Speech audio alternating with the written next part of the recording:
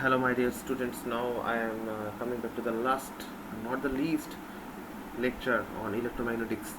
That is the Maxwell's equations and the electromagnetic wave equation. The two most important things and conclusionary things on electromagnetics. In this lecture, I will discuss about the introduction, historical background, electrodynamics before Maxwell, Maxwell's correction to Ampere's law, general form of Maxwell's equations in vacuum, Maxwell's equations inside matter. Uh, in electrodynamics, Maxwell's equations are a set of four equations. So here we will discuss four equations that describes the behavior of both the electric and magnetic fields as well as their interaction with matter.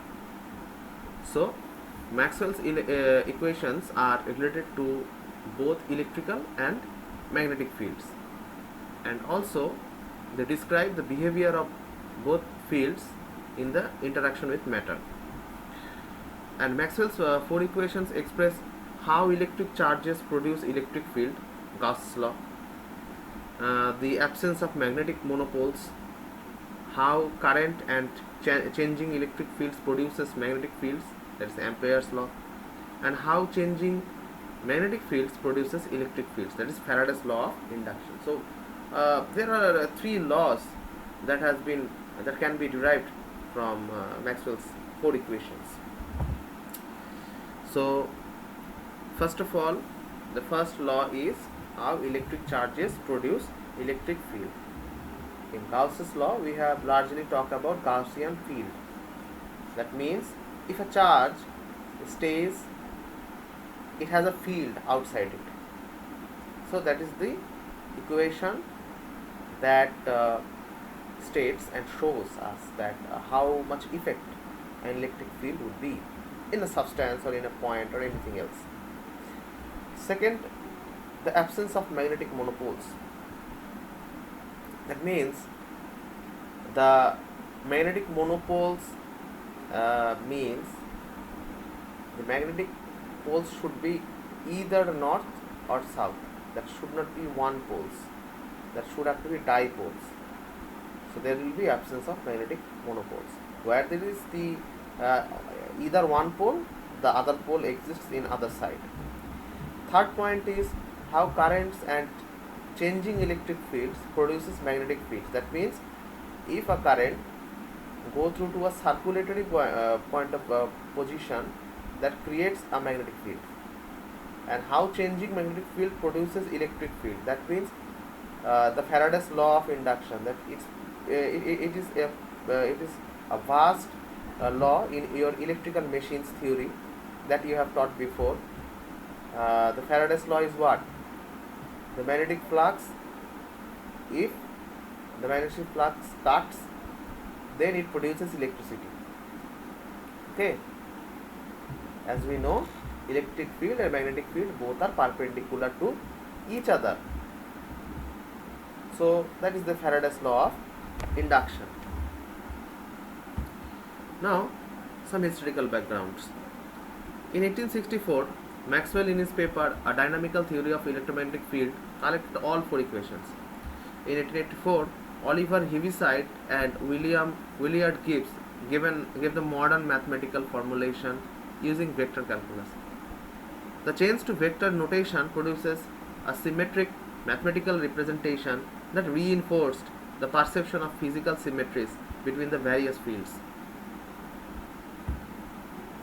Nomenclature. To understand the equations correctly, you have to first take a look on these nomenclatures. What the components that I have denoted here means what? E, that has been bold faced, that means it is a vectorical component, electric field. D, electric displacement. B, magnetic flux density. H, auxiliary field. Some of the lecturers will show you that will be magnetic field. Both are equally correct. Okay. B is flux density, H is field. Rho is charge density, J is current density, mu naught is permeability of free space, that is a constant number, that is 4 pi 10 to the power minus 7 Henry per meter. epsilon naught permittivity of free space 8.854 10 to the power minus 12, and c is for speed of light, 3 into 10 to the power 8 meter per second. Here is the actual number 2.99, that close to 3. So here are the 4 equations, the electrodynamics before Maxwell. First of all, the Gauss's law. Take a look about it. The divergence of electric field is equal to rho by epsilon naught. I have proved it before. In the previous lectures, you can see when the derivation of Gauss's law from the electric potential or electric field, I have told you that how the things will came forward. The point, the del dot means the divergence of the electric field. Okay, that is a scalar product, and these things are vectorical products, that is curl. So there are two divergence and two curl products. If you take divergence of electric field, you will definitely get rho by epsilon naught. What does it? If you take a surface and there is electric field crosses through the surface, so that is the closed surface that you can see here, that is the closed surface. In this closed surface, the surface charge density is rho, the permittivity of the free space is mu naught. So the divergence of electric field will be proportional to the charge, surface charge density. Why it is proportionate? Because as the charge increases, the field will also increase. As the charge decreases, the field will decrease. And epsilon naught is anti-proportional. That means if the permittivity of free space increases, or relative permittivity of the material increases, so you will get lot of hindrance, so magnetic field will be lesser. That means the relationship between these two is anti-proportional. If the permittivity is lesser, then that means we get the higher amount of electric field passing through the material, so that is anti-proportional to each other. And going towards the next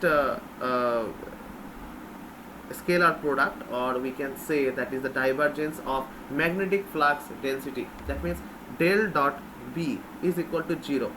What is that?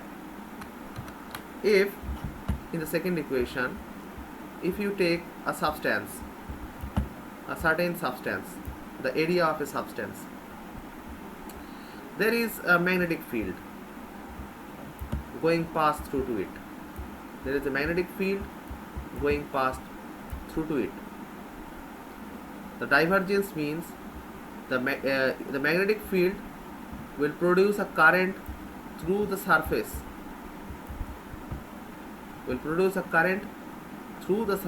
through the edges of the surface, and as it is a closed surface, the current will be 0.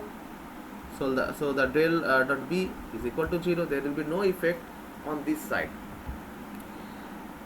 Now going back to the Faraday's law and Ampere's law, the last two curls, that is the curl of a vector. That means these two equations are known as the curl of a vector. What does it mean of a curl of a vector?